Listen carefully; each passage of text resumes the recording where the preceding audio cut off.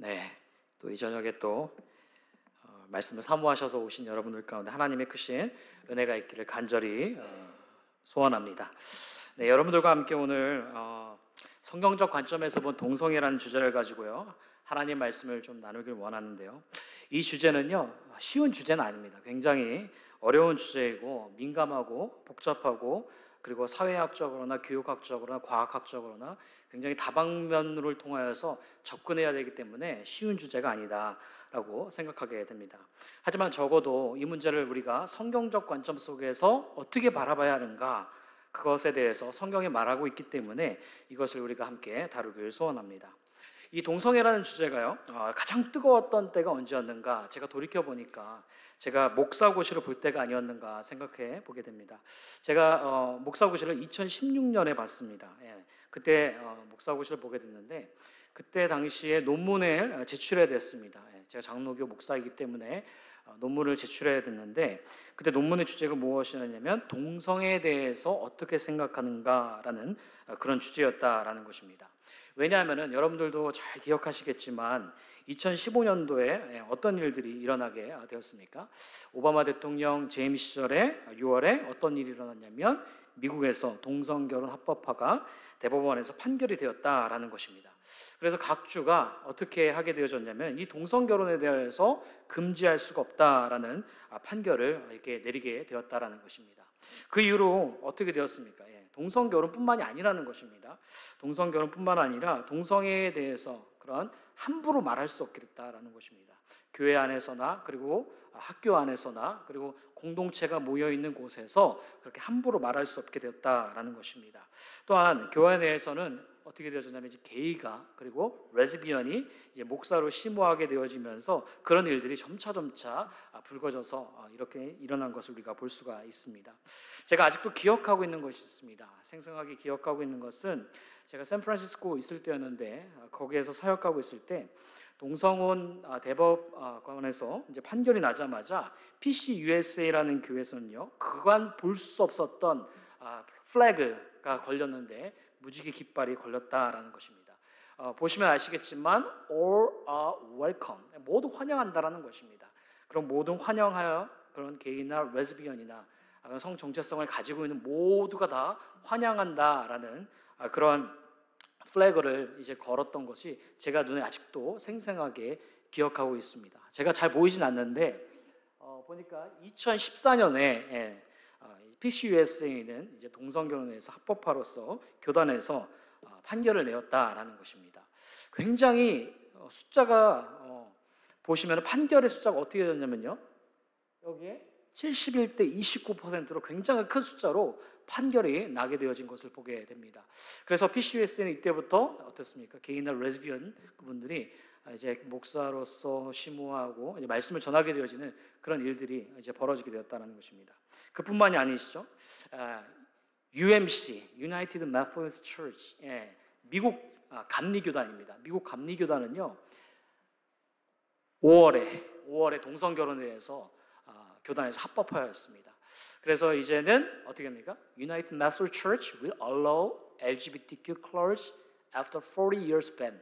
그러니까 40년 동안 안 된다, ban했는데 이제는 5월에 합법화로 인정이 되어지면서 게이나 레즈비언이나 성정체성을 가지고 있는 사람들이 목사로 심호할 수 있게 되어진 그런 일들이 벌어졌다라는 것입니다. 이것이 바로 미국 안에서, 교단 안에서, 교계에서 벌어지고 있는 일들인데, 이것이 점점 더 교회 안에서도 불거지고 있다라는 것이죠. 자, 그런데 이 동성애 문제는요, 미국만의 문제는 아닌 것 같아요. 유럽만의 문제는 아닌 것 같습니다. 한국에서도 사회적으로도 보게 되어지면은 교계에서도 점점 더 큰 이슈화가 되고 있는 것을 볼 수 있습니다. 그 중에서 지금 한국은요, 교계에서 난리가 났습니다. 난리가 났습니다. 왜냐하면은 여러분도 들어보셨겠지만 포괄적 차별금지법 때문인데, 이 포괄적 차별금지법에 대해서 반대하기 위해서 교계에서 난리가 났다라는 것입니다. 이 차별금지법이 무엇인가? 저도 궁금해서요, 한번 찾아봤습니다. 제가 미국에 있으니까 한국에 있는 사정들을 다 알 수 없어서 한번 매스컴을 통하여서, 그리고 그 범죄 법안이 무엇인지 제가 한번 들여다보게 되었다라는 것이죠. 이 법이요, 이제 발의된 때는 언제였냐면요, 2020년 11월에 발의되었다라고 말합니다. 근데 그 법이 당시에는 통과가 되어지지 않았습니다. 이 법이 정의당에서 이제 장혜영 그 분을 포함해서 10명이 이 법을 발의하였다라는 것입니다. 사실 이때만 발의한 것이 아닙니다. 그 이전에도 차별금지법에 대한 그 법들이 계속적으로 발의가 되어졌다라는 것입니다. 그런데 2020년도에 같이 이렇게 제정을 하여서 한 10명의 의원들이 모여서 이 금지 법안을 제출하게 되어진 것을 볼 수가 있다라는 것입니다. 자, 그런데 이 포괄적 차별금지법이 무엇인가 보았더니까요, 이 차별금지법 안에는요 57조항으로 되어 있는 것을 보게 됩니다. 1조항을 보니까 이렇게 나와 있어요. 법안의 목적에 대하여서 나와 있는데, 이 법안의 목적이 무엇이냐면 이 법은 정치적, 경제적, 사회적, 문화적, 생활의 모든 영역에서 차별을 금지하고 차별로 인한 피해를 효과적으로 구제함으로써 헌법상의 평등권을 보호하여 인간으로서의 존엄과 가치를 실현함을 목적으로 한다. 보게 되어지면 어떻습니까? 굉장히 선해 보이지 않습니까? 정치적으로나 경제적으로나 사회적으로나 문화적으로 약자를 보호하고 평등하게 하여서 인간으로서의 존엄성 가치를 높이게 하는 그런 목적을 갖고 있다라고 1조에 기록되어져 있는 것을 보게 됩니다. 자, 근데 이렇게 굉장히 선해 보이지만 2조부터 좀 이제 아이러니컬한 일들이 벌어지게 됩니다. 2조를 보니까 이렇게 나와 있어요. 2조 정의, 이 법에서 사용하는 용어의 뜻은 다음과 같다. 그런 정의에서 첫 번째, 네 번째, 다섯 번째를 보게 되면요, 첫 번째는 이렇게 나와 있어요. 성별이란 여성, 남성 그 외에 분류할 수 없는 성을 말한다. 이게 도대체 무슨 말인가? 성별을 말하고 있는데 여성이 있고 그리고 남성이 있고 그리고 뭐라고 말하고 있습니까? 분류할 수 없는 성이 있다라고 말하고 있어요. 좀 읽다 보면서 분류할 수 없는 성이 도대체 뭔가라는 생각을 우리가 생각해 보게 됩니다. 여러분, 성별을 생각할 때 어떠세요? 남자하고 여자하고 그간 우리가 생각해 왔던 성별이 남성, 여성으로 생각했는데 분류할 수 없는 성이 있다라고 말하고 있다라는 것입니다. 그러니까 무슨 성이 있다라고 말하냐면 제3의 성이 있다라는 거예요. 제3의 성에 있다라고 이렇게 법안에 발의된 것을 볼 수가 있습니다. 그래서 이것을 무엇을 말하는가 제가 또 궁금해서 찾아봤습니다. PPT를 보시면 아시겠지만 여기 보게 되어지면 이건 미국 이제 그 프로파일에 있는 젠더를 그리고 리걸 섹스에 대해서 나온 부분인데 보시면 아시겠지만 젠더를 보시면 뭐라고 나와 있습니까? male, female 그리고 male 나와 있잖아요. female은 누굴 말해요? 여성을 말하잖아요. 그리고 male은 누구 말합니까? 남성을 말하고 있습니다. 그리고 여기 보게 되면은 non-binary 뭐라고 말하냐면 전통적으로 남성과 여성이 아닌 성을 말하고 있습니다. 근데 그 밑으로 보게 되어지면은 이제 add another gender라고 나와 있습니다. 이 젠더가 무엇을 말하냐면은 사회학적인 그런 성을 말하는 것입니다. 그러니까 생물학적으로 우리가 여성이다, 남성이다라는 것은 생물학적 성을 말합니다. 그런데 젠더는 뭘 말하냐면 사회학적 성을 말하는 것입니다. 그러니까 내가 태어났을 때 여성으로 태어났는데 남성으로 태어났는데 사회학적에서는 뭐가 되는 거냐면 여성이 남성이 될 수 있는 거고 남성이 여성이 될 수 있는 것이 바로 젠더다라는 것입니다. 그런데 이 젠더가 뭐라고 나와 있냐면 LGBTQI를 포함하고 있다는 것입니다. L은 레즈비언이고요, G는 게이, B는 바이섹슈얼, T는 트랜스젠더, Q는 queer or questioning, 모른다라는 거죠. intersex, 생물학적 성별이 남성이나 여성의 전형적인 범주에 완전히 일치하지 않고 유전자나 호르몬 생식기관에서 다양한 변화를 포함한다. 이것이 바로 another gender를 말하고 있는 것입니다. 이것이 바로 사회학적인 성인 젠더인데, 더 나아가서 legal sex를 보면은 legal sex는 뭐예요? 법적인 성을 말하는 것이죠. 법적 성을 보게 되어지면 female and male 나와 있어요. female은 여성이고 그럼 male은 뭐예요? 남성이지 않습니까? 근데 여기에 X라고 나와 있습니다. X or 뭐라고 나와 있습니까? Another legal sex라고 나와 있는 거예요. 그러니까 법적성이 이전에는 female 여성, male 남성 두 개밖에 없었는데 X라는, 그러니까 X는 무엇을 표현하냐면 제3의 성을 말하는 거예요. 그러니까 분류할 수 없는 남성과 여성을 분류할 수 없는 성이 어떤 성이냐면 X라는 성이다라는 것입니다. 그러니까 이 사람들은 남성도 아니고 여성도 아닌 성별의 정체성을 가진 사람들을 말하는 것이 X이다라는 것입니다. 여러분, 이 성이요, 캘리포니아에서 언제부터 시행되어진지 아십니까? 캘리포니아에서는 2017년부터 시행되었습니다.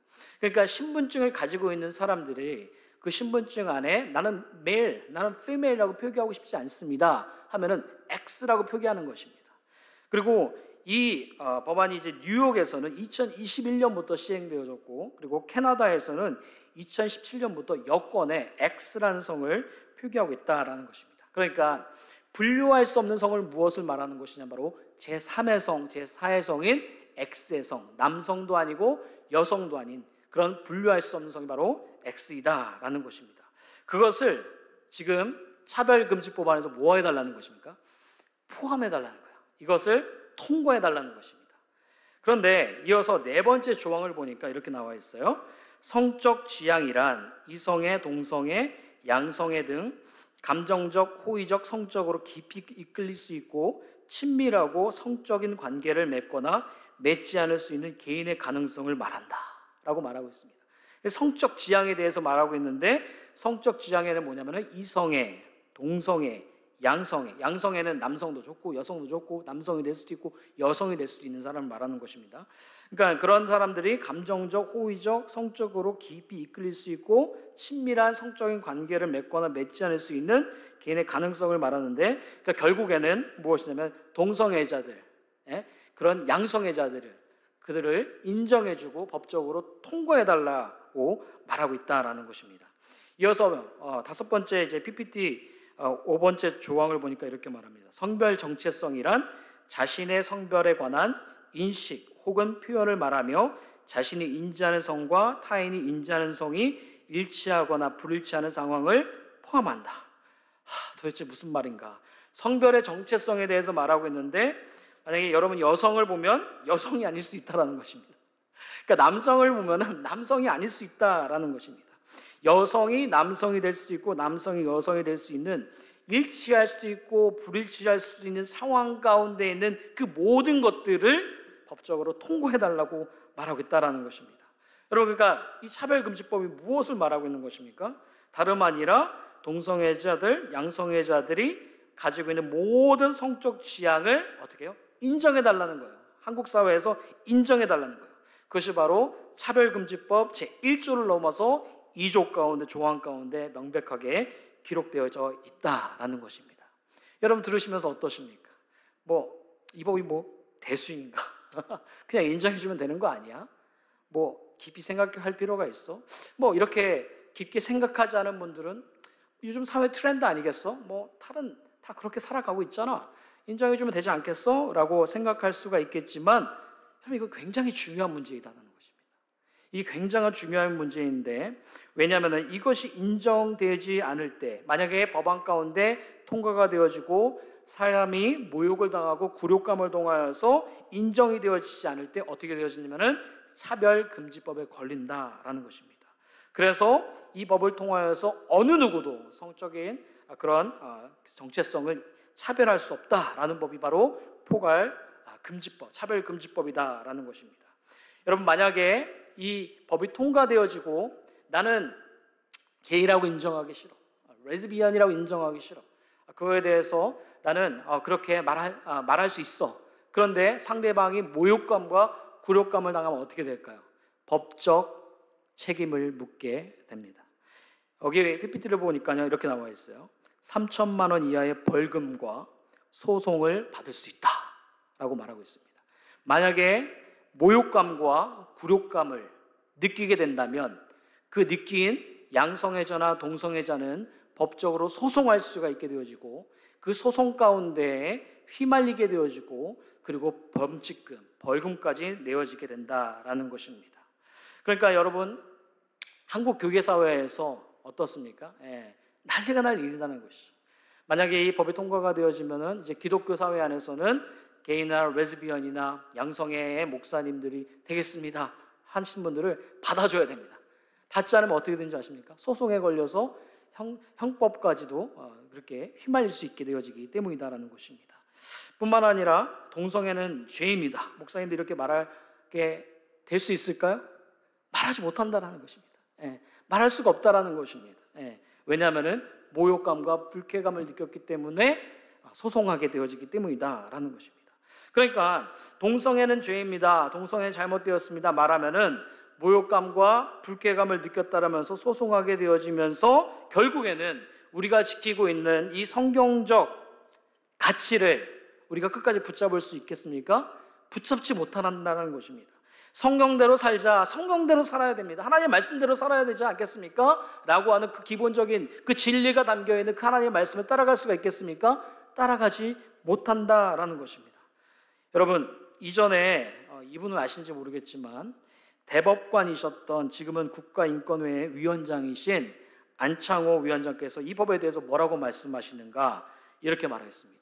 단기적으로 보게 되어지면은 아무것도 안 보일 수가 있고 변화된 것이 없을 수가 있지만 뭐라고 말합니까?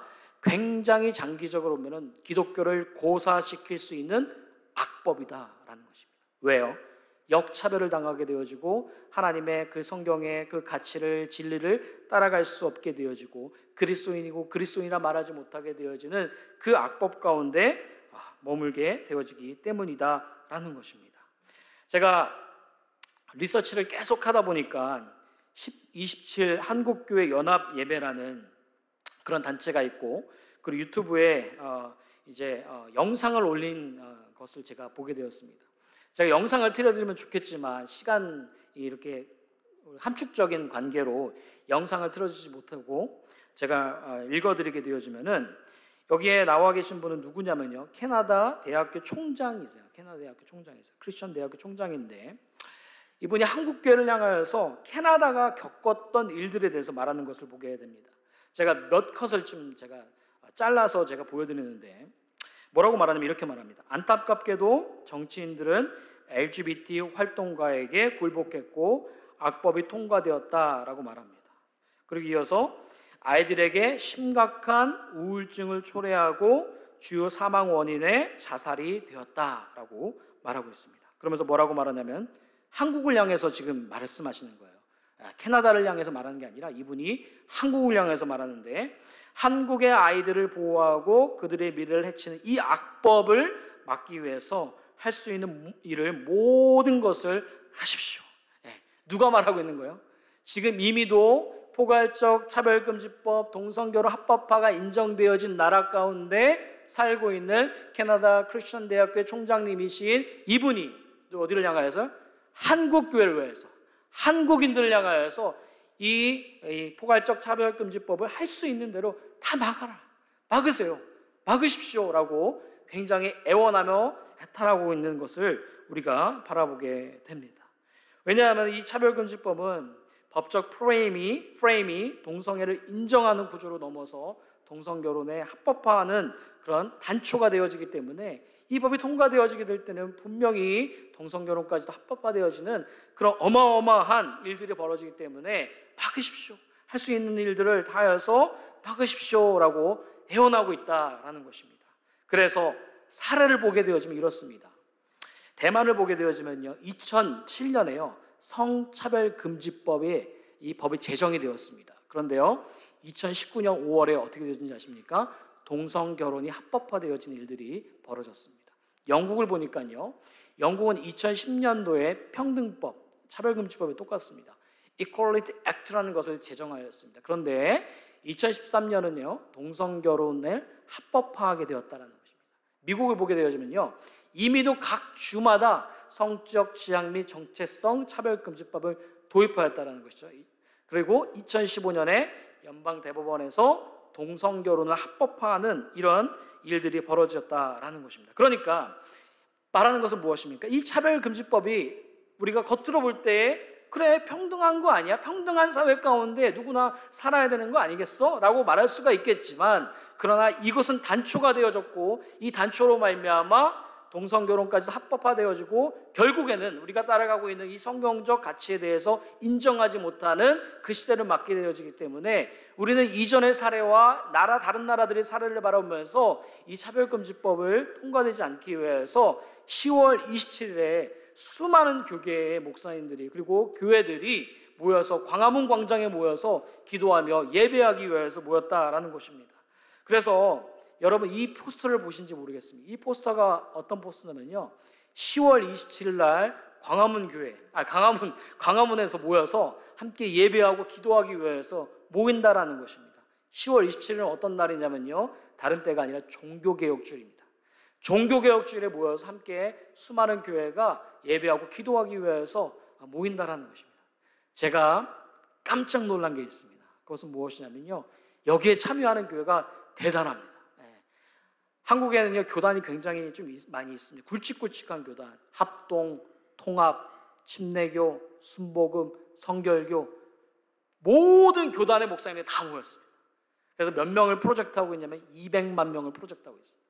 200만 명이 모여서 이 법을 제정되지 않기 위해서 예배하고 기도하기 위해서 모인다라는 것입니다. 여러분, 저는요, 이 모습을 보면서 젊은 목사로서 도전을 받습니다. 와, 한국교회가 그래서 소망이 있구나. 진영 논리가 떠나서 와, 한국교회 목사님들이 복음을 그리고 진리를 고수하기 위해서 다 교단도 다르고 색깔도 다른데 이분들이 함께 모여서 기도하며 나아가고 있구나. 이 모습이 저는 젊은 목사로서 얼마나 도전이 되고 말씀의 그 가치가 얼마나 귀한 것인지에 대해서 다시 한번 깨닫게 됩니다. 여러분, 우리는요, 미국에 살지 않습니까? 미국에 살지만 너무 먼 나라야. 나하고 상관없잖아. 그게 아니라 우리가 어디를 위해서 기도해야 되냐면 우리나라 조국을 위해서, 대한민국을 위해서 기도해야 될 줄 믿습니다. 제가 생각했던 보다 아멘이 커서 다시 한번 하겠습니다. 우리의 조국, 두고 온 나라 대한민국을 위해서 기도해야 될 줄 믿습니다. 하나님께서 세우시고 하나님께서 수많은 선교사를 위해서 목이 잘려나갈 정도로 복음을 전하고 성경을 전하고 그리고 수많은 이들이 변화되어지면서 정말 죄악에서 타락함 가운데 돌이켜서 하나님 가운데 온전한 사람의 사람으로 살게 하시니 그 하늘 생명을 주신 그 땅, 그 나라 가운데 하나님의 복음이 복음되어지고 그 나라가 하나님 말씀의 그 진리 가운데 온전하게 서야 될 줄 믿습니다. 그러기 위해서 우리가 멀리 있지만 멀리 있다고 그냥 방관하는 것이 아니라 생각나시는 대로 조국 대한민국을 위해서 우리가 기도할 수 있는 은혜가 있기를 간절히 축복합니다. 자, 그러면서 여기까지 하면 좋겠는데 이제부터 본론으로 들어가겠습니다. 우리가 동성애가 뭔가 그것을요, 성경적 관점으로 바라볼 수 있어야 됩니다. 오늘날 동성애 사회적에서 어떻게 받아들이고 있냐면 보편적인 정서로 받아들이고 있습니다. 사람들이 점점 더 그 동성애에 대해서 일반적인 정서로, 보편적인 정서로 받아들이고 있다라는 것입니다. 미국은 이미도 그렇고 이제 한국 사회에서도 특히 젊은이들 가운데서도 동성애에 대한 생각은 굉장히 열려져 있고 보편적인 감정으로서 정서로서 받아들이고 있다라는 것입니다. 제가 어렸을 때만 해도요, 20-30년 전만 해도요, 동성애의 동자도 끊이지 못했었습니다. 그런데 지금은요, 굉장히 자유롭습니다. 한국 사회가 그런 사회가 되어져 있다라는 것입니다. 자, 그렇다면 동성애에 대해서 사람들이 어떻게 생각하고 있는가? 두 가지 부류로 나누고 있습니다. 첫 번째는요, 동성애가 죄가 아니다라고 말하고 있다는 것입니다. 심지어 일부 신학자들도요, 동성애에 대한 구절을 다룰 때 그것을 뭐라고 말하고 있냐면 정확히 성경에서 죄로 규정하지 않고 있다라고 판단하고 있어요. 그리고 또 어떻게 말하고 있냐면 동성애 관련 구절들은 오늘날의 상황과는 너무 먼 얘기입니다 라고 말하고 있다는 것이죠. 성경의 시대는 2000년 시대가 아닙니까? 2000년 전의 시대이고 4000년 전의 시대인데 그 당시 시대와 오늘날의 시대는 너무 멀게 되어지기 때문에 오늘날의 상황과는 다르다라고 말하고 있다라는 것입니다. 일반적으로 성경에 나온 그 동성애 이야기 구절들은요, 구약에서는 창세기에서 소돔과 고모라의 사건에서 시작되어집니다. 그런데 대표적으로 레위기 18장 22절 그리고 20장 13절을 보게 되어지면은 여기 말씀 속에서 뭐라고 말하고 있냐면 성적인 관계를 금하는 내용이 나오고 있다는 것입니다. 그런데 이 말씀의 구절들을 당시의 구약 시대에만 해당되어지는 의식법이나 시민법으로 생각하는 그런 일부 신학자들, 그런 기독교인들이 많다라는 것입니다. 여러분, 율법에는요, 몇 가지가 있냐면요, 세 가지 종류가 있습니다. 먼저는요, 의식법이 있습니다. 의식법에는요, 바로 5대 제사가 있고요, 7대 절기가 있습니다. 5대 제사는 뭐냐면은 번제가 있고 소제가 있고 화목제가 있고 속죄제가 있고 속건제가 있습니다. 그런데 7대 절기는 뭐냐면은 유월절, 무교절, 초실절, 오순절, 나팔절, 속죄일, 초막절이라고 우리가 알고 있습니다. 자, 그런데 여러분, 이거 다 지키시고 계세요? 5대 제사, 7대 절기를 다 지키시고 계세요? 안 지키고 있잖아요. 왜 그래요? 이 모든 절기와 제사들 누가 완성하셨어요? 다름 아니라 예수 그리스도. 예수 그리스도가 완성하셨기 때문에 우리는 이 절기와 제사들을 지키지 않게 된다라는 것입니다. 왜냐? 예수 그리스도께서 십자가에 달리셔서 그 피로 말미암아 모든 것을 완성하셨기 때문에 우리는 이 제사와 절기를 지키지 않는다라는 것입니다. 그러니까 지킬 필요가 없다라는 것입니다. 자, 두 번째는 뭐냐면은 도덕법입니다. 도덕법은 무엇이냐면 십계명을 말하고 있습니다. 십계명을 말하고 있고, 그리고 그 외에 도덕적 규범 규절들이 성경에 나타나져 있는 것이 바로 도덕법이다라는 것입니다. 자, 그런데 여러분, 십계명의 말씀을 여러분 지켜야 될까요? 지키지 말아야 될까요? 확신이 없으세요? 다시 한번, 지켜야 될까요? 지키지 말아야 될까요? 우리 이렇게 지키고 있잖아요. 저와 새가족 하신 분들은, 교육하신 분들은 지켜야 된다는 것을 명시하고 있어요. 왜 그렇습니까? 이것이 다름 아니라 도덕법이기 때문인 것이죠. 구약 시대에만 가능한 법이 아니라 오늘날 우리가 살아가는 이 시대 속에서도 구약의 정서, 구약의 말씀은 오늘날 가운데 동일한 해당되어질 정서이고 말씀이기 때문에 우리가 지켜줘야 되는 것이 바로 십계명이다라는 것입니다. 이것이 바로 도덕법이다라는 것입니다. 세 번째는 어떤 법이냐면은 시민법입니다. 시민법에는 민법이 있고요, 형법이 있습니다. 그러니까 이스라엘 사회 내에서 다뤄지게 되어지는 사회에서 민법, 그리고 죄인을 어떻게 판결해야 될까라는 형법이 있다라는 것입니다. 그런데 이 민법과 형법인 시민법은 우리나라와 내가 살고 있는 나라와는 맞지가 않습니다. 왜냐하면 이스라엘 안에서만 지켜지는 그 법이기 되어지기 때문에 우리가 살아가고 있는 나라에서는 다른 법으로 여겨지면 지키지 않는다라는 것입니다. 그런데 우리에게 있어서 여전히 유효한 법은 어떤 법인가? 그것은 다름 아니라 도덕법이라는 것이죠. 도덕법은 당시의 시대에나 오늘날에도 동일하게 해당되어지는 말씀이라는 것이죠. 왜냐하면 여러분, 민법의 형법이 뭐라고 말해요? 돌로 쳐 죽이라고 말합니다. 돌로 쳐 죽입니까? 그렇지 않다라는 거예요. 다른 법이라는 거죠. 나라에 한해서 다른 법인데, 그러나 우리가 오늘날 여전히 유효하며 지키는 법은 어떤 법이냐면 바로 도덕법이다라는 것입니다. 그래서 레위기 18장의 말씀을 읽다 보면은 도덕법에 대한 말씀이 나온다라는 것입니다. 도덕법에 어떠한 말씀이 나오고 있냐면은 부모와 형제와 자매와 성적 관계를 맺지 말라는 것입니다. 여러분, 시간이 있으실 때 레위기 18장을 펴보셔서 어떤 내용들이 있는지 한번 보십시오. 그 내용 속에서 나오고 있는 것은 다름 아니라 부모와 형제와 자매와 하체를 범하지 말라, 성적인 관계를 하지 말라, 근친상간하지 말라. 여러분, 이 법은 당시에나 오늘날에는 어떻습니까? 통일한 법이다라는 것입니다. 그렇기 때문에 이 법은 도덕법이다라는 것입니다. 그런데 여기서 뭐라고 말하고 있냐면 이렇게 말하고 있습니다. 18장 22절에 너는 여자와 동침함 같이 남자와 동침하지 말라, 이는 가증한 일이니라 라고 말하고 있다는 것입니다. 무엇을 말하고 있습니까? 동성행위 하지 말라는 거예요. 성경 속에서 도덕법으로 동성행위 하지 말라는 것입니다. 그런데 그 일을 행하게 되어지면 무엇이라고 말하냐면 가증한 일이다 라고 말하고 있다는 것이죠. 제가 이 가증한 일에 대해서 성경을 다 찾아봤습니다. 그래서 한글 성경 보고 NLT 보고 ESV 보고 NIV 보고 NASB 보고 다 봤는데 여기 성경 속에서 뭐라고 남았냐면 바로 abomination, 가증한 일, detestable sin, 그리고 abomination, detestable, 가증한 일, 그런 죄악적인 일이다라고 말하고 있습니다. 특별히 NLT 성경을 보면 여기에 대해서 굉장히 자세하게 나와 있어요. 뭐라고 나와 있냐면은 detestable sin. sin이 뭐예요? 죄. 동성 행위는 뭐라고 말하고 있어요? 죄라고 분명히 말하고 있다라는 것입니다.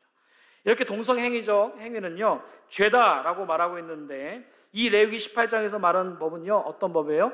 도덕법이에요. 도덕법은 오늘날에도 적용이 돼야 안 돼요? 적용이 된다라는 것입니다. 그리고 동성에 대해서 대표적으로 나온 또 다른 말씀이 오늘 저와 여러분들 읽었던 로마서 1장 24절부터 27절까지의 말씀입니다. 그 말씀 중에서 26절에서 27절 보면 이렇게 말하고 있습니다.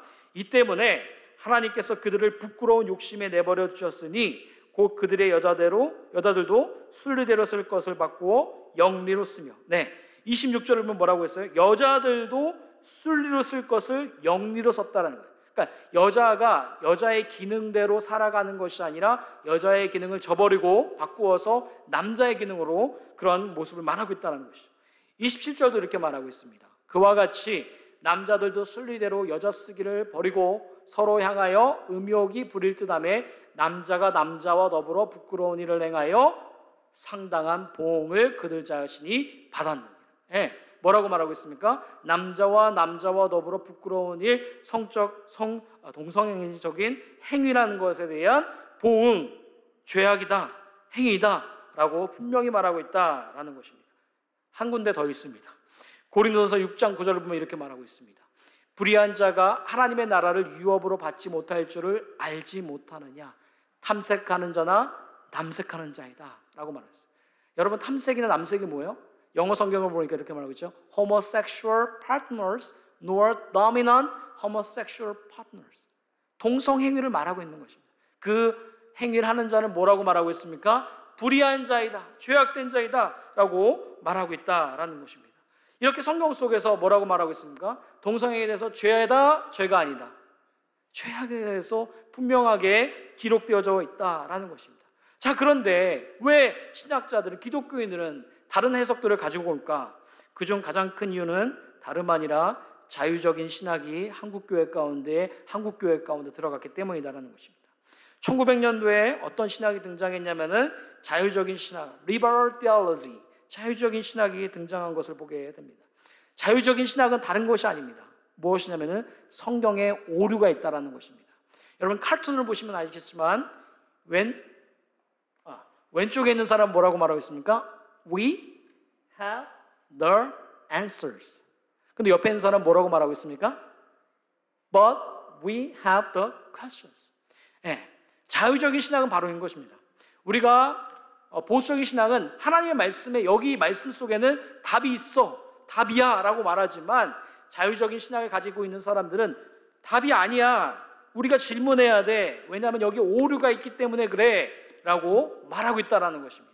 이 자유적인 신학이 한국교회 가운데 팽팽하게 들어오게 되어지면서 성경을 어떻게 해야 된다고 말하고 있냐면은 우리의 시대와 우리의 상황과 사회적 가운데 맞지가 않아, 재해석해야 돼 라고 나타나게 되어지면서 이 동성애에 대한 입장도 죄가 아니다, 죄가 아니야 라고 말하고 있다는 것입니다.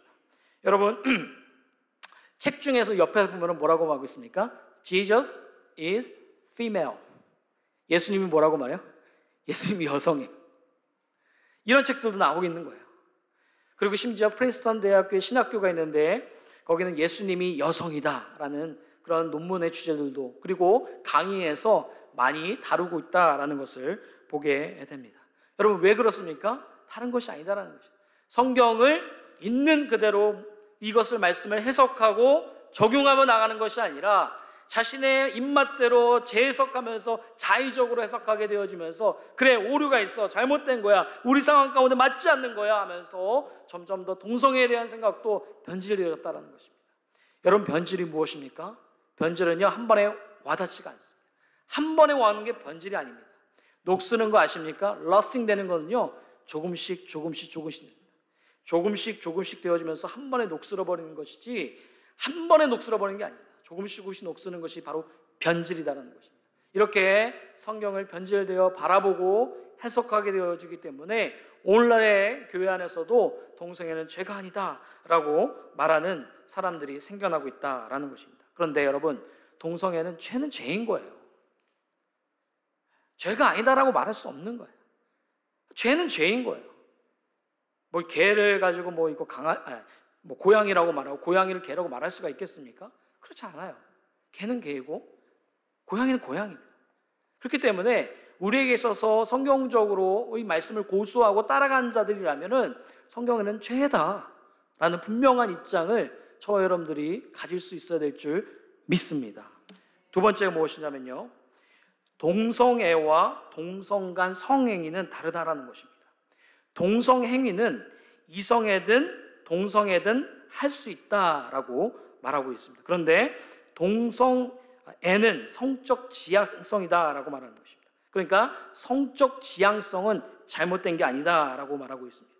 여러분, 성적 지향성은 다른 것이 아니라 상별 사람에게 성적으로 정서적으로 끌림을 말하는 것입니다. 지극히 누구의 입장에서 보게 되어지냐면 개인적인 입장에서 끌리면서 사랑하는 것, 좋아하는 것이 바로 성적 지향성인 동성애이다는 것입니다. 근데 이건 잘못된 게 아니다라는 것입니다.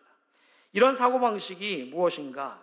제가 말씀해 드렸던 것처럼 PPT를 제가 보여드린 것처럼 섹스와 젠더를 구분하기 시작부터입니다. 섹스는요, 생물학적인 성을 말합니다. 다른 거 어떤 것도 아니에요. 섹스는 뭐냐면은 메일이냐 피메일이냐, 남성이냐 여성이냐 말하는 것이 바로 섹스입니다. 근데 젠더는 뭐냐면은 바로 사회학적인 성이다라는 것이죠. 그래서 레즈비언이 있고 게이가 있고 양성애자 있고 트랜스젠더가 있고 퀴어가 있고 인터섹스가 있다라고 보게 된다는 것입니다. 그러니까 이러한 생각들이 침투해지면서 어떻게 받아들이게 되어지냐면은 젠더와 섹스에 대한, 성에 대한 사고를 바꾼다라는 것입니다. 그래서 내가 생물학적으로 남자로 태어날 수 있지만 그러나 사회에서는 내 여자로 활동할 수 있어. 내가 여자로 태어났지만 사회에서는 남자로 태어날 수 있는 이러한 젠더와 섹스의 개념을 바꿔버리면서 이러한 동성애에 대한 그런 생각들이 보편적 감정으로서 받아들이게 된다라는 것입니다. 그렇기 때문에 우리가 기억해야 되는 것은 어떤 것이냐면요, 이런 모습들도 있을 수 있는 것인가, 성경적 관점으로 바라볼 수 있어야 된다는 것입니다. 성경을 우리가 따라가고 그리스도인의 모습이라면 여기에 무엇이 있어야 된다고 생각하냐면은 심각한 오류가 있다는 것을 여러분이 결론을 내릴 수 있어야 됩니다. 왜냐하면은 남성이 여성되고 여성이 남성 되어진 것을 인정하게 되어지면은 무엇이 잘못되게 나타나냐면은 우리는 하나님의 창조의 원리를 부정하는 것입니다. 남자가 여자가 될 수 있고 여자가 남자가 될 수 있다라는 것을 인정하는 것은 우리는 하나님의 창조의 원리를 부정하게 된다라는 것입니다. 창세기 1장 27절 우리 함께 읽겠습니다. 시작. 하나님이 자기 형상 곧 하나님의 형상대로 사람을 창조하시되 남자와 여자를 창조하시고, 뭐라고 말하고 있습니까? 남자와 여자를 창조하시고 그리고 구분할 수 없는 성을 창조하셨다라고 말하고 있지 않습니다. 그래서 성경은 더 나아가서 뭐라고 하고 있냐면은 성적 행위에 대해서 말하고 있는데 이 성적 행위를 창세기 2장 24절 이렇게 말합니다. 함께 읽겠습니다. 시작. 이러므로 남자가 부모를 떠나 그의 아내와 합하여 둘이 한 몸을 이룰지나. 남자가 부모를 떠나 그의 아내 여성과 한 몸을 이룰지어다 라고 말하고 있다라는 것입니다. 이것이 바로 뭐예요? 하나님의 창조의 원리이다라는 거예요. 하나님께서 남성과 여성을 지으시고 둘이 한 몸이 되게 하시며 성적인 행위를 하게 하신 것이 바로 하나님의 원리이다는 것입니다. 그리고 더 나아가서 무엇을 하길 원하시는가? 1장 28절 함께 읽겠습니다. 시작. 하나님이 그들에게 복을 주시며 하나님이 그들에게 이르시되 생육하고 번성하여 땅에 충만하라. 땅을 정복하라. 바다의 물고기와 하늘의 새와 땅에 움직이는 모든 생물을 다스리라 하시니라. 성경은 무엇을 말하고 있습니까? 분명하게 하나님이 그들에게 이르시되 한 목소리로 시작. 생육하고 번성하여 땅에 충만하라 라고 말씀하고 계십니다. 여러분, 남자와 남자가 결혼하면 생육하고 번성할 수 있겠습니까? 여자와 여자가 결혼하면은 생육하고 번성할 수가 있겠습니까? 가능하지 않는 일이다라는 것입니다. 그렇기 때문에 동성애는 괜찮습니다. 젠더와 그리고 사회학적인 그 성과 생물학적인 섹스의 구분을 명확히 하지 않고 괜찮습니다 라고 여자가 되고 여자가 남자가 되어지는 것은 무엇을 부정하는 것입니까? 다름 아니라 하나님의 창조의 원리를 부정하는 것이다 라는 것입니다. 그래서 이 생육하고 번성하라고 하신 말씀이 우리 가운데 주어졌는데 그런 동성애적 행위를 한 사람들은 어떻게 할까요? 번성하지 못하지 않겠습니까? 아이를 갖고 싶을 수도 있지 않겠습니까? 어떻게 하는지 아십니까? 제가 예전에 읽었던 BBC 기사인데 BBC 기사에 보면은 이렇게 나와 있어요. 게이 커플이 아이 갖는 모습이 있어요. 굉장히 충격적인데 좌우에 있는 사람들은 남자입니다. 근데 중간에 있는 사람은 누군지 아십니까? 어머니예요, 어머니. 무슨 말씀인지 아세요? 아들의 정자를 그리고 다른 어떤 여자의 난자를 어디에 심은지 아세요? 어머니 뱃속에. 이런 충격적인 일들이 일어나는 거예요. 아이를 갖고 싶어서. 이것뿐만인지 아십니까? 제 와이프가 그 디스트릭트 오피스에서 근무하고 있잖아요. 그럼 디스트릭트 오피스에서 근무하고 있는 내용 들으면 굉장히 충격적인 일들이 많습니다. 학교 안에서도 게이 커플, 레즈비언 커플들이 많거든요. 근데 아이를 입양해서 어쨌든 가져요. 가지면서 그 입양한 아이를 어떻게 하는지 아십니까? 부모의 취향대로 생각대로 아이의 호르몬을 바꿔버립니다. 주사를 줘요. 그런 일들이 많이 벌어지고 있습니다. 이런 일들이 오늘날 우리가 살고 있는 이 시대 가운데 그리고 미국에서 벌어지고 있다라는 것입니다. 때문에 여러분 경악하실 수 있겠지만 우리 가운데서 성경적 관점을 가지고 본 동성애의 입장은 무엇입니까? 죄는 죄인 거예요. 그리고 동성애는 하나님의 창조의 원리 가운데 벗어나는 것이다 라는 것을 우리가 분명하게 기억할 수 있어야 됩니다. 근데 이거는 나를 위해서 그런 것이 아니에요.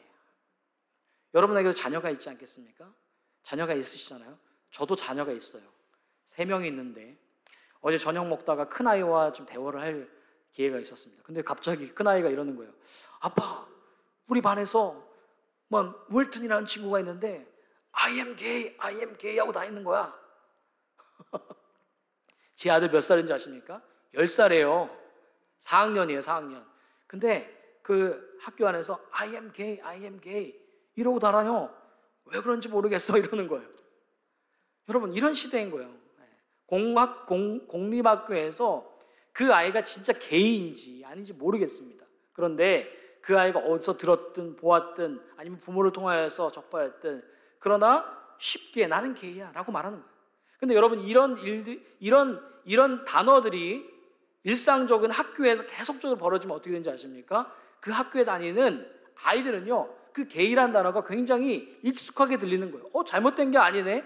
괜찮은 단어이네. I am gay. 보편적인 정서로 받아들이게 된다라는 것입니다. 그렇기 때문에 우리가 성경적 관점으로 보면 동성애에 대한 입장을 반드시 고수하며 기억해야 되는 것은 무엇이냐면 나는 이 모습에 대해서 이 부분에 대해서 정확히 알고 있어. 나는 괜찮아가 아니에요. 나에게 자녀가 있고 그리고 자녀에게 양육되어지는 손주, 손자, 손녀가 있단 말이죠. 그 아이들이 언젠가는 저희 아이가 마주하였던 것처럼 그런 일들을 마주하게 될 때에 여러분들이 어떻게 하셔야 돼요? 얼버무리면 안 됩니다. 정확하게 말씀해 주셔야 돼요. 정확하게. 어떤 일들이 있었냐면은 제가 집에서 제 또 큰아이가 저한테 이렇게 물어봤어요. 아빠, 왜 남자하고 결혼하면 안 돼? 이렇게 물어봤어요. 이게 비일비재합니다. 근데 처음 물어봤을 때는 야, 무슨 소리 하는 거야? 그만해 했거든요. 근데 이게 한 번이 아니고 2번이 아니고 3번을 물어보는 거예요. 그래서 제가 이거는 가만두면 안 되겠다. 이건 정확하게 알려줘야 되겠다 라고 하면서 성경적으로 제가 풀어줬던 때가 있었습니다.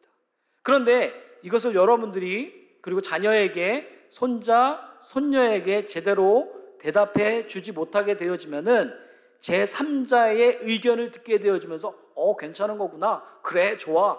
받아들이면서 그 논리 신형 가운데 빠져버릴 수밖에 없다라는 것입니다. 때문에 오늘 여러분들과 함께 이 말씀을 대하고 동성애를 대한 이유는 무엇이냐면 나를 넘어서 나에게 손자, 자녀, 손주의 가운데 이것을 언젠가는 물어볼 수도 있고 물어보지 않을 수도 있겠지만 그것에 대해서 올바른 성경적으로 대답해 줄 수 있어야 됩니다. 그럴 때에 그 아이는 건강한 그리스도인으로서 신앙인으로서 자라가게 되어지고 정체성에 혼란을 겪지 않는다라는 것을 여러분들이 분명하게 기억하실 수 있기 소원합니다. 여러분, 존 맥가더 목사님이 이런 말씀하셨어요. 제가 읽어드리겠습니다. 성경의 진리는 강력하고 영원하다. 내가 지금도 성경을 전하는 주된 이유 가운데 하나는 성경이 강력하고 영원한 하나님의 말씀이기 때문입니다. 성경의 진리는 강력하고 영원하다. 아멘. 하나님의 진리의 말씀은 영원한 줄 믿습니다. 변하는 것이 아니라, 그리고 오류가 있는 것이 아니라 그 말씀은 오늘도 강력하고 영원하신 하나님의 진리의 말씀인 줄 믿습니다. 이 믿음이 저와 여러분 가운데 있기를 간절히 주님의 이름으로 축복합니다.